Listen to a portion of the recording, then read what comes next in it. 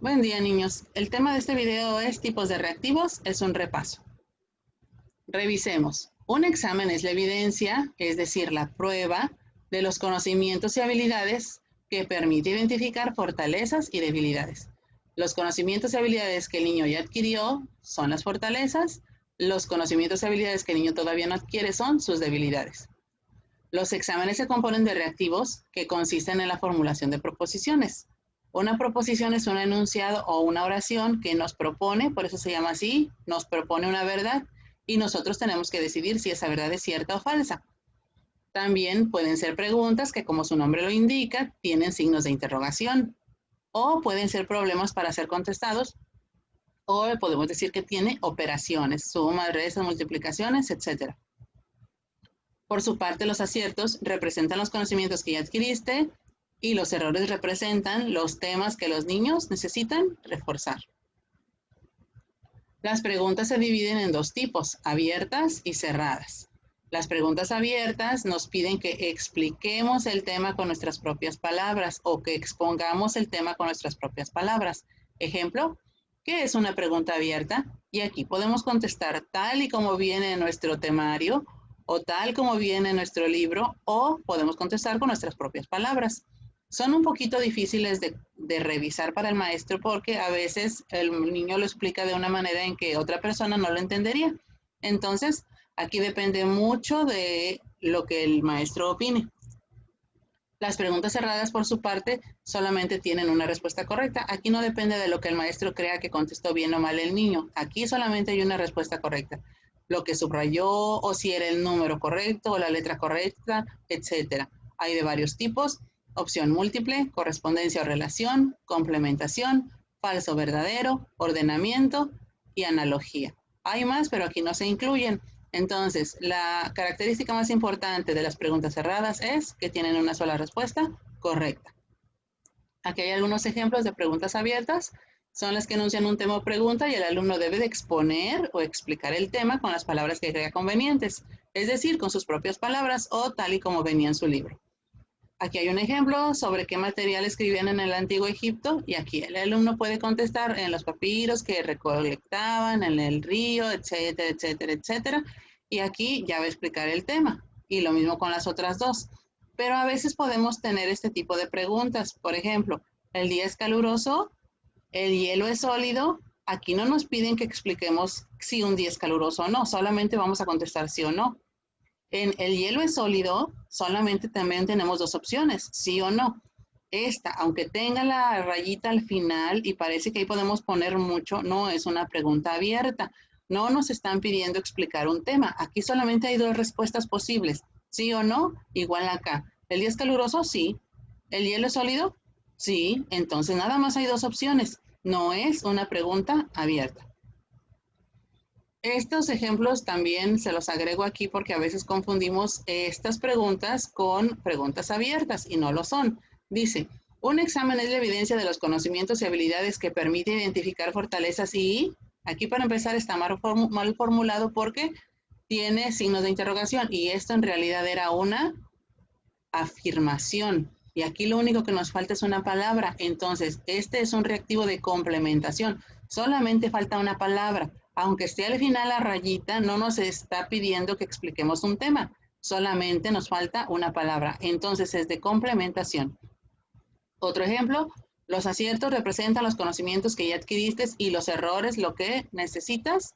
Y otra vez, aquí solamente falta una sola palabra. Entonces, esta no es una pregunta abierta. Aunque la rayita esté al final, aunque la rayita esté bien larga, esta no es una pregunta abierta. Solamente le falta una palabra. Entonces, es de complementación.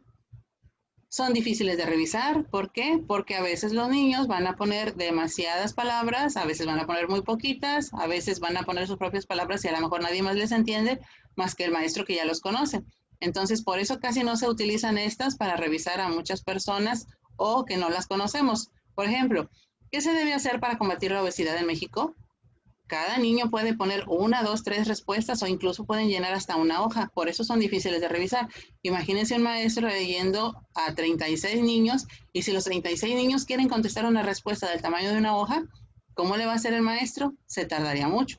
Entonces, esta es una característica también de las preguntas abiertas. Seguimos. Los reactivos o preguntas cerradas, que son el otro tipo, tienen una característica importante. Solamente tienen una sola respuesta correcta, no como en el caso anterior, que cada quien contesta lo que cree. Por tanto, las preguntas cerradas son de rápida verificación. Por ejemplo, aquí, el maestro lo único que tiene que fijarse es si contestó la letra correcta en donde correspondía. Así nada más, palomita, palomita, palomita, o tachita, tachita, y ya terminó. Son fáciles de revisar. Los reactivos de complementación son los que siguen a continuación. Son una serie de oraciones afirmativas transformadas a enunciados incompletos para escribir las respuestas. Y como les comentaba, la respuesta la podemos poner al final y no la debemos de confundir con una pregunta abierta. Aunque la rayita venga al final, no nos pide una explicación, solamente falta una palabra. Por eso es de complementación, de completar la idea. Puede venir al principio, en medio o al final la respuesta. Los reactivos de opción múltiple se plantean preguntas o cuestiones base acompañados de 3, 4, 5 respuestas o más, y todas son probables y solamente hay una correcta. Aquí dice que tiene un alto grado de objetividad, es decir, que no dependen de la opinión del maestro. Aquí solamente es la respuesta que debe ser. No dependen de lo que él piense o si él está cansado de revisar o si le entendió o no le entendió a lo que el niño escribe, ya que solamente hay opciones A, B o C. Ah, pues fue la A. Ah, pues fue la B. Aquí nada más el maestro tiene que checar en su hoja de respuestas cuál era y con eso es suficiente. Es objetiva, no depende de la opinión de nadie. Aquí hay otro ejemplo de una pregunta de opción múltiple que son los errores. Es un poquito más difícil de elaborar porque hay que poner respuestas que todas se parezcan, que todas parezcan ciertas, pero solamente una lo debe de ser. Aquí es un poquito más difícil de diseñar, por ahí les encargué una tarea en que tienen que diseñar 5 preguntas de este tipo. Aquí, por ejemplo, dice, ¿qué son los errores? Los que me indican lo que he aprendido. ¿Será? Son los que me señalan mis fortalezas y debilidades. ¿Será? O son los que me indican qué temas no he aprendido bien y debo estudiar más.